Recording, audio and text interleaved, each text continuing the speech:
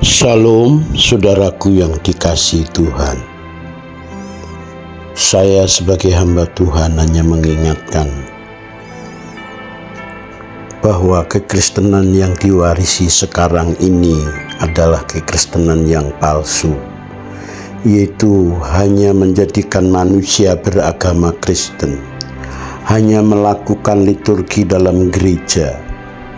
Sedangkan kekristenan yang benar, kekristenan yang sejati, yaitu kekristenan yang original, yaitu mengubah hidup dari manusia yang berkodrat dosa menjadi manusia yang berkodrat ilahi. Yang digarap itu adalah manusia batiniahnya, mengejar kesempurnaan hidup, sempurna seperti Bapa, serupa dengan Kristus. Inilah Injil yang benar, sesuai Matius 5 ayat 48. Hendaklah kamu sempurna seperti Bapa di surga.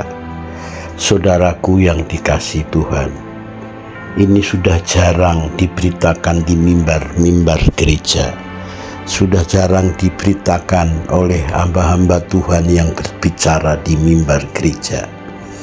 Kebanyakan mereka memberitakan agama, konsep agama, bagaimana mengajak jemaat untuk rajin beribadah. Kalau mereka rajin beribadah, mereka dijanjikan diberkati Tuhan. Kalau mereka rajin memberikan perpuluhan, persembahan, maka Tuhan akan memberkati mereka. Memang ini tidak salah. Tetapi jika mimbar terus berbicara seperti ini, maka gereja itu menjadi sebuah fenomena yang menyesatkan banyak orang. Karena menjadi pengikut Kristus itu tidak bisa dibayar hanya menjadi beragama Kristen atau merasa dirinya Kristen yang rajin beribadah ke gereja. Bahkan mereka yang mengambil pelayanan menjadi aktivis gereja, sekalipun menjadi seorang hamba Tuhan, kalau hidupnya tidak pernah berubah, kalau hidupnya tidak pernah mengalami kelahiran baru, hidupnya masih sama dengan anak-anak dunia, ini sangat ironis, naif saudara. Saya sendiri berjuang sebagai hamba Tuhan, masih banyak bad character, masih banyak kesalahan-kesalahan yang saya lakukan, banyak hal yang tidak patut pantas saya perkatakan. Maka saya mohon kekuatan dari Tuhan agar hidup kekristenan saya yang saya jalani ini didapati Tuhan berkenan. Karena menjadi orang yang berkenan di hadapan Tuhan, memiliki kekristenan sejati itu sebuah perjuangan hari lepas hari.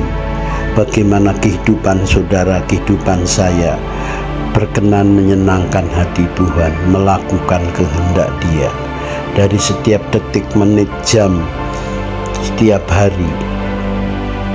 Bagaimana kehidupan saudara sepikiran, seperasaan dengan Tuhan, itu yang dikehendaki Tuhan. Bahkan mimbar gereja di zaman sekarang, jarang orang berbicara langit dan bumi yang baru yang terdapat di dalam Wahyu 21 1-5, Wahyu 22 1-5, 2 Petrus 3 ayat 13, bahwa langit dan bumi baru adalah kehidupan yang dirancang Bapa.